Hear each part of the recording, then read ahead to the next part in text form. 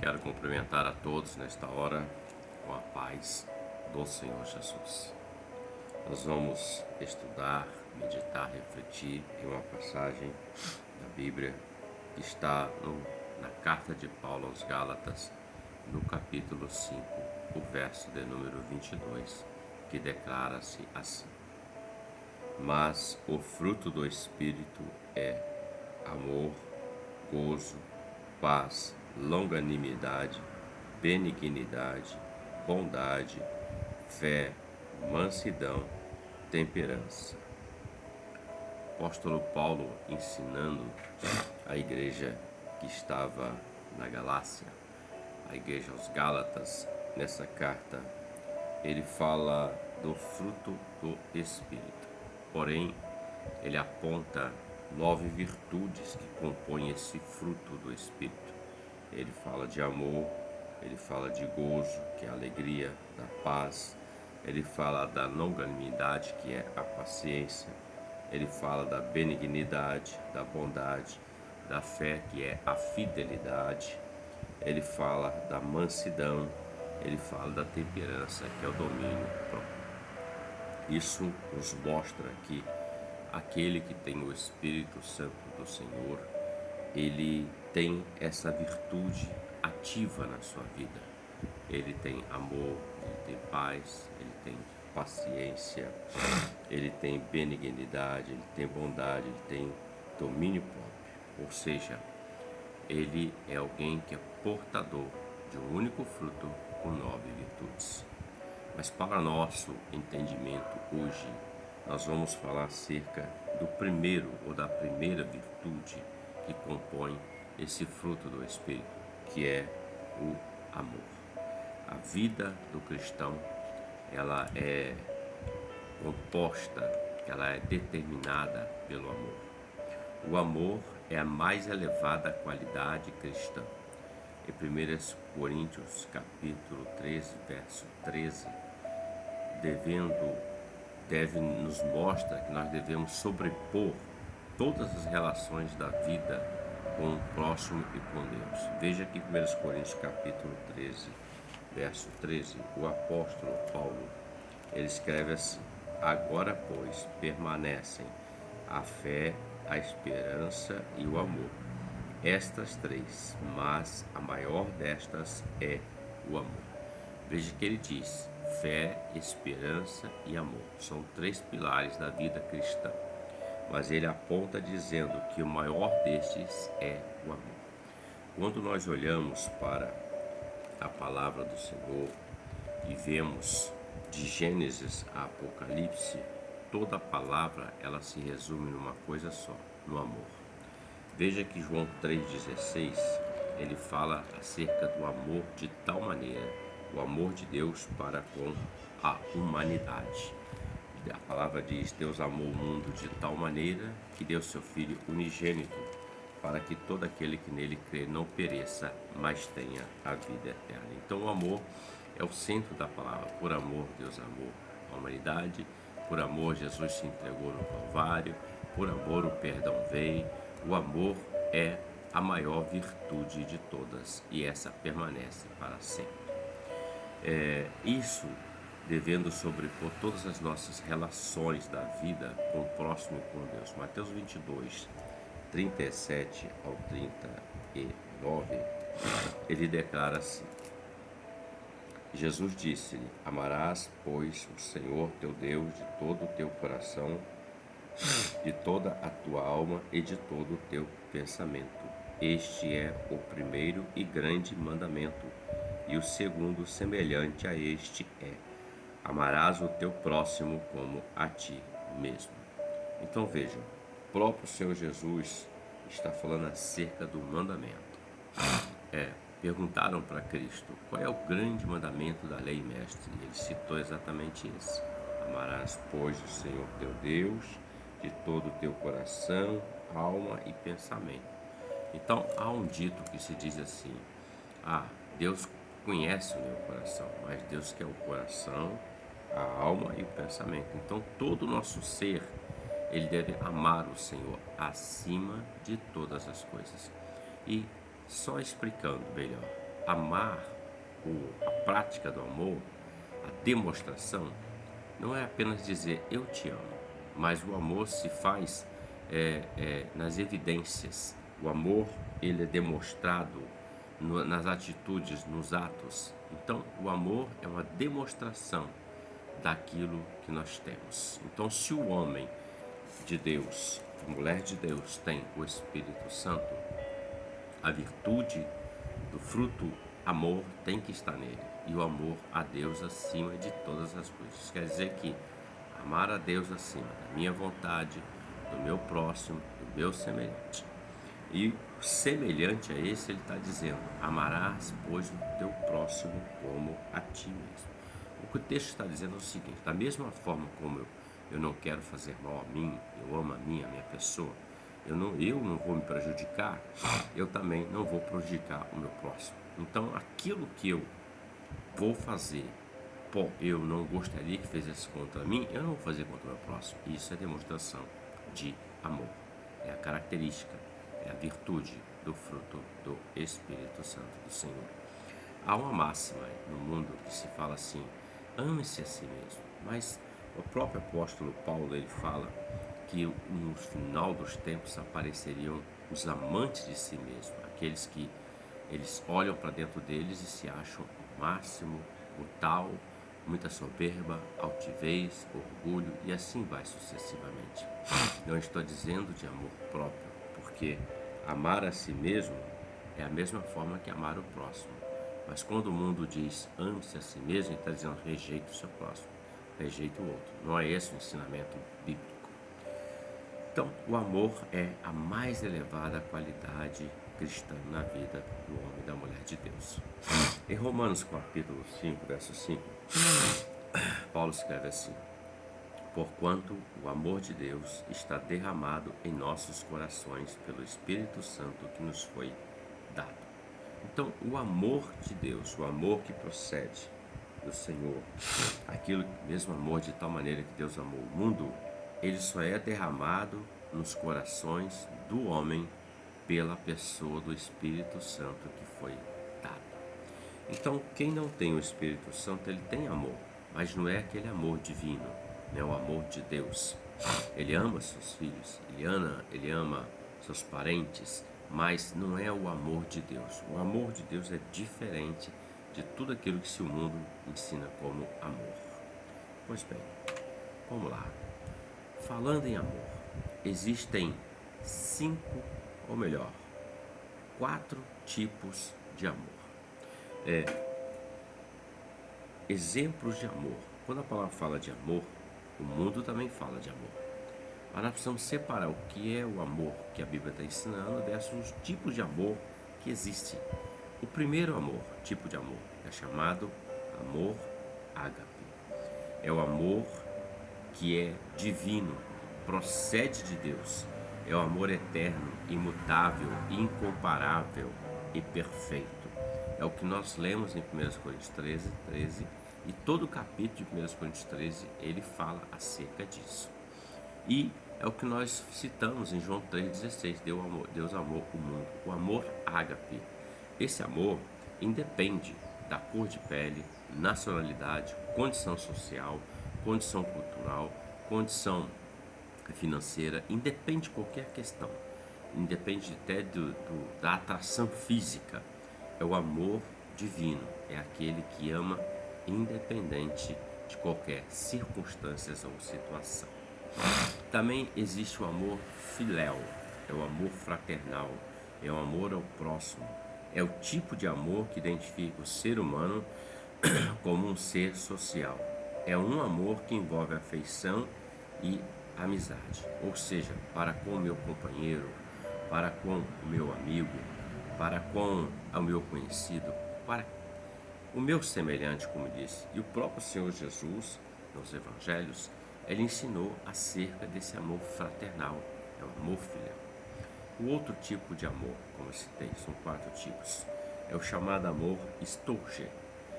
É o amor natural, pode ser apreciado de 2 modos, pessoal e conjugal. Dentro do amor pessoal, é o praticado no relacionamento familiar e é conhecido como amor paternal, amor maternal e amor filial. Você ama pai, mãe, filhos. Então, o amor pessoal, dentro dele está esse sentimento, essa prática. E dentro desse estorger, além do amor pessoal, que é dois que está dentro dele, chama-se o amor conjugal. É o amor recíproco, homogêneo, significa tornar comum os interesses do casal. Então é aquele amor que envolve o casal no relacionamento. Isso está dentro do amor chamado estorger. E o quarto amor é o amor eros. É o amor físico entre o homem e uma mulher. E este só deve acontecer entre o esposo e a esposa, conforme ensina a palavra. Então nós temos 4 tipos de amores. O ágape, que é o amor divino, o amor de Deus. O amor filéu, que é o fraternal. O estorger, que se divide em 2, o pessoal e o conjugal. E o eros, que é o amor físico, é a área sexual. O mundo, muitas das vezes, fala desse amor, eros, como sendo um amor. Mas isso é um amor físico. Ainda falta parte do amor estorger, do amor filéu, que vai ser um amor completo. Então, dentro do conceito, do ensinamento, da característica da palavra amor, está esses 4 tipos de amores. Vamos seguir um pouquinho. Então, dentro do conceito chamado amor, nós vamos falar de 6 tópicos sobre este fruto do Espírito Santo. Essa virtude dentro do fruto do Espírito Santo. Primeiro, amando ao Senhor Jesus. Em Lucas, capítulo 7, do 36 ao 50, Jesus vai falar acerca desse tipo de amor. É um texto básico. Lucas, capítulo 7, do 36 ao 50, diz assim: E rogou-lhe um dos fariseus que comesse com ele, e entrando em casa do fariseu, assentou-se à mesa. E eis que uma mulher da cidade, uma pecadora, sabendo que ele estava à mesa em casa do fariseu, levou um vaso de alabastro com unguento, e estando por detrás aos seus pés, chorando, começou a regar-lhe os pés com lágrimas, e enxugava-los com os cabelos da sua cabeça, e beijava-lhe os pés, e ungia com unguento. Quando isso viu o fariseu que o tinha convidado, falava consigo, dizendo: Se este fora profeta, bem saberia quem é e qual é a mulher que lhe tocou, pois é uma pecadora. E respondendo, Jesus disse-lhe: Simão, uma coisa tenho a te dizer. E ele disse: Dize, mestre. O certo credor tinha 2 devedores.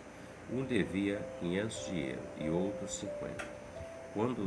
E não tendo eles com que pagar, perdoou-lhes a ambos. Dize, pois, qual deles o amará mais? E Simeão respondendo disse: Tenho para mim que é aquele a quem mais perdoou. E ele lhe disse: Julgaste bem. E voltando-se para a mulher, disse a Simão: Vês tu esta mulher? Entrei em tua casa e não me deste água para os pés, mas esta regou-me os pés com lágrimas e me enxugou com seus cabelos. Não me deste ósculo, mas esta, desde que entrou, não tem cessado de me beijar os pés. Não me ungiste a cabeça com óleo, mas esta ungiu-me os pés com unguento. Por isso eu te digo que os seus muitos pecados lhe são perdoados, porque muito amou. Mas aquele a quem pouco é perdoado, pouco ama. E disse a ela: Os teus pecados te são perdoados. E os que estavam à mesa começaram a dizer entre si: Quem é este que até perdoa pecados? E disse Jesus à mulher: A tua fé te salvou, vai-te em paz. Então veja, exemplo, primeiro tópico relacionado ao amor.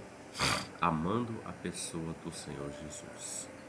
Deus chama o cristão primeiro para a salvação, depois para o ministério. Um dos maiores perigos que enfrentamos hoje em dia é a nossa tendência de nos envolver em tantas atividades que perdemos aquela simples e pura devoção a Cristo, adoração e servidão a Cristo. Paulo nos alerta sobre essas questões das suas epístolas.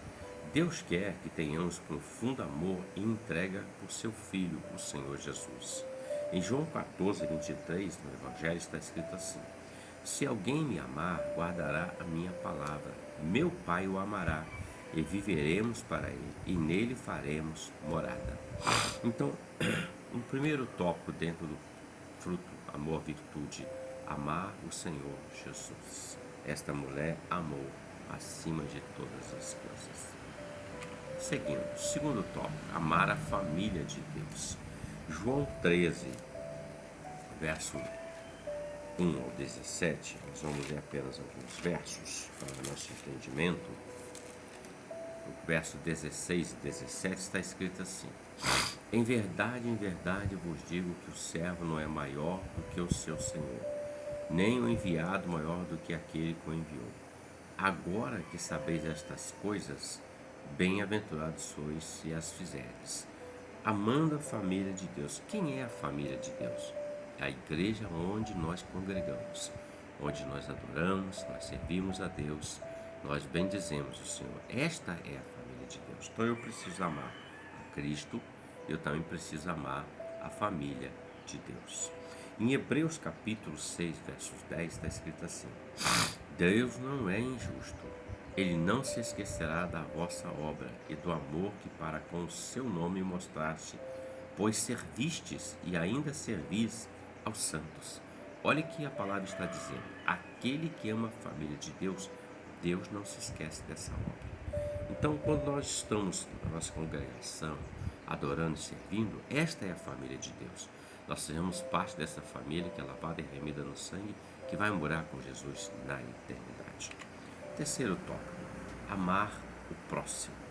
Em Lucas 10, do 25 ao 37, vai falar da parábola do bom samaritano. O verso 34 fala assim: aproximando-se, atou-lhe as feridas, deitando-lhes azeite e vinho. Então, pondo-o sobre a sua cavalgadura, levou-o para uma hospedaria e cuidou dele. O texto fala do bom samaritano, que viu aquele homem à margem da sociedade, à beira do caminho, caminhando para a morte. O sacerdote passou de largo, o levita passou de largo, mas ele parou, atou, cuidou das suas feridas, colocou em cima da sua montaria e levou ele para uma estalagem, ainda pagou o estaleiro para poder cuidar dele até que ele voltasse. Isso é amor ao próximo. Romanos capítulo 12, 9 ao 19 fala acerca disso. Eu vou ler especificamente o verso 18, que diz assim: se for possível, quanto estiver em vós, tende paz com todos os homens. O que Romanos está dizendo nesse verso, olha só: quanto estiver em vós. Esse quanto quer dizer quanto tem de Deus dentro de você. Quanto tem de Deus dentro de mim? Se eu tenho o Espírito Santo, logo eu sou alguém que vou ter paz com os homens, porque também paz é uma das virtudes do Espírito Santo do Senhor. Então, se eu estou cheio de Deus, eu produzo paz. Em Gálatas 6:2 diz assim: levai as cargas um dos outros e assim cumprireis a lei de Cristo. Então, amando o próximo é o terceiro tópico, que faz parte da virtude do amor. Quarto, fala do amor perdoador, aquele amor que perdoa. Muitos dizem assim: eu perdoo, mas não esqueço. Claro que não vai esquecer. O perdão não produz amnésia, não. Ele produz cura, libertação e salvação. Vou repetir: o perdão produz cura, libertação e salvação. Então você não esquece, mas você vai perdoar. Não adianta, não lhe direi o quanto estou magoado. Ele nem ou ela nem pensa em me agradecer. São muitas palavras, muitas falas que dizem, mas conforme nós lemos em Lucas 7, porque muito amou. Em Hebreus 12:15 está escrito: tende cuidado de que ninguém se prive da graça de Deus e de que nenhuma raiz de amargura brotando vos perturbe e por ela muitos se contaminem. Hebreus 12:15. Então, o amor perdoador. Nosso quinto tópico fala de amar com as nossas palavras, né? Como resultado das nossas palavras, nós vamos produzir, porque a palavra diz: aquilo que a boca está cheia está cheia o coração. Ou seja, o que o meu coração está cheio é o que a minha boca vai externar. Aquilo que eu falo é o que está dentro do meu coração. amando com as palavras. Tiago, capítulo 3. Nós vamos ler aqui o verso para melhor entendimento nosso.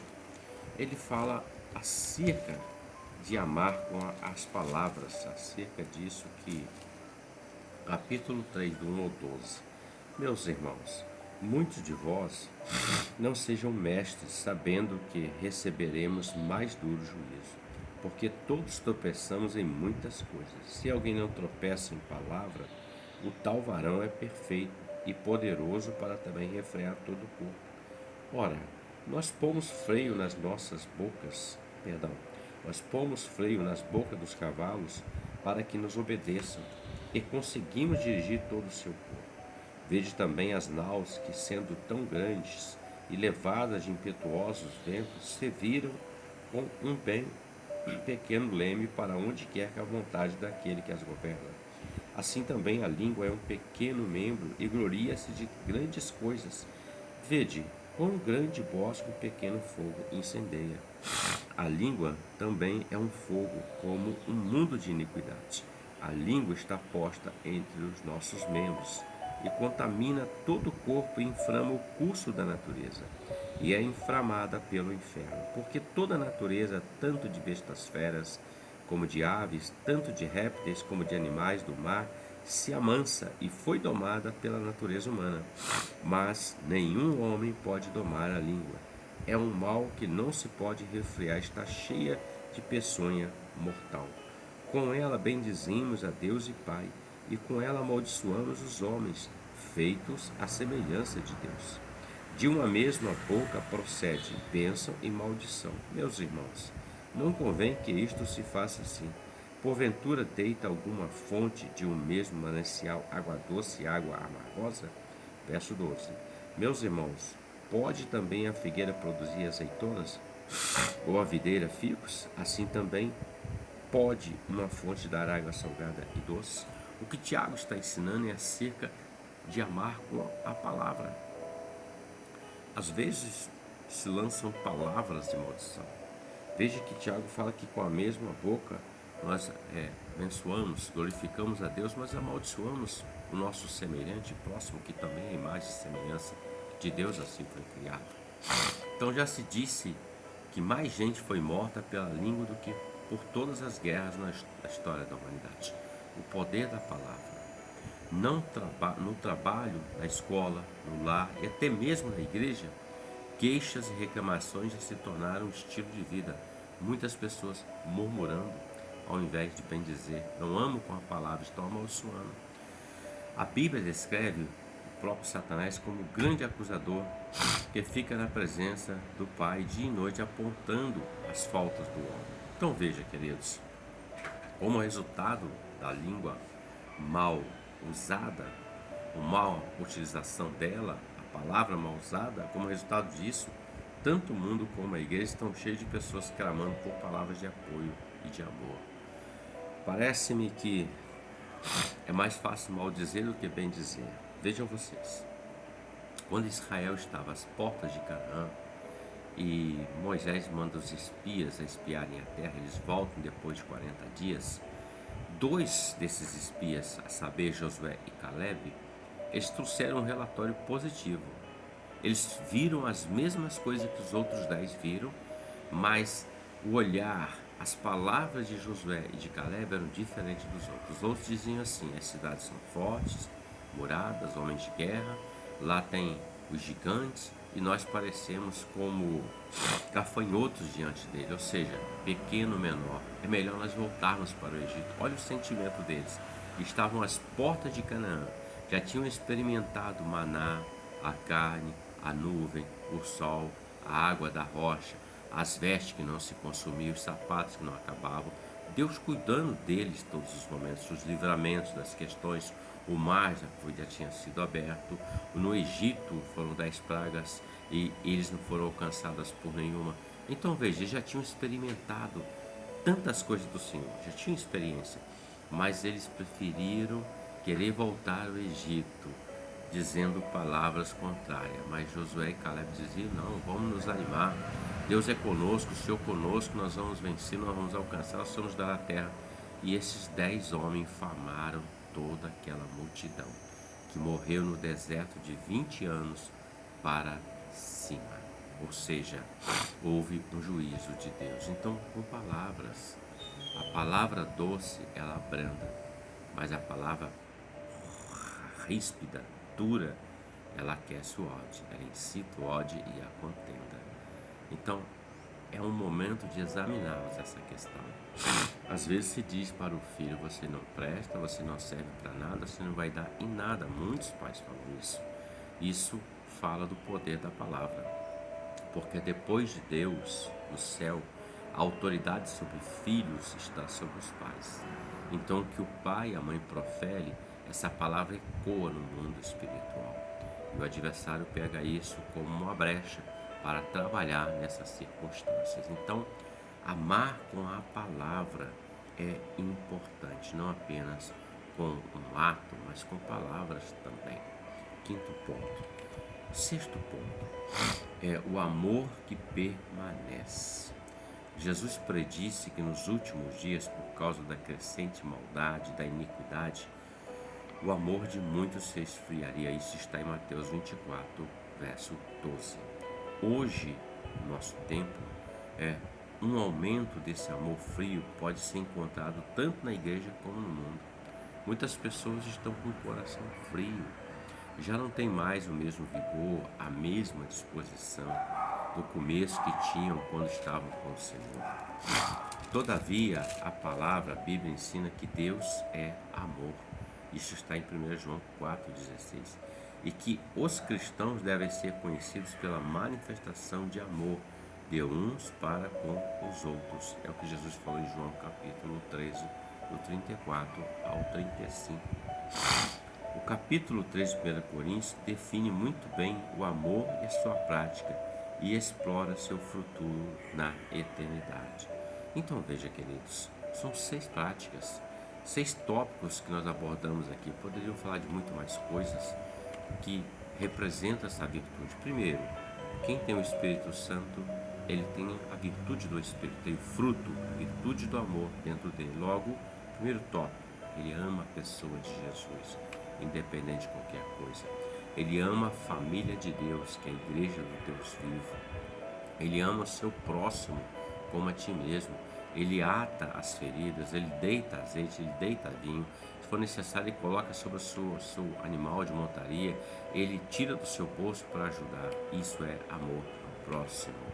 Ele tem um amor perdoador, independente de qualquer circunstância, porque ele entende que Deus o perdoou lá no Calvário, quando entregou seu filho ali e derramou seu sangue. Então, é o amor perdoador. Ele perdoa independente de qualquer questão. Eu perdoo, mas não esqueço, como eu disse. De fato não vai esquecer, mas vai perdoar a si mesmo. E como é que eu faço esse teste, pastor, para saber se realmente eu perdoei? É simples, eu vou te dar uma dica muito simples e grave bem. Quando você olhar para a pessoa e lembrar da situação que lhe foi feito, a grave que seja ela qual for, e o seu coração você não sentir mais ira nem raiva, você liberou o perdão, você está curado. Mas se ainda você sente ira, raiva, você precisa ir aos pés de Cristo, você precisa liberar o perdão, porque o perdão liberta, conforme eu disse, ele cura, liberta e salva.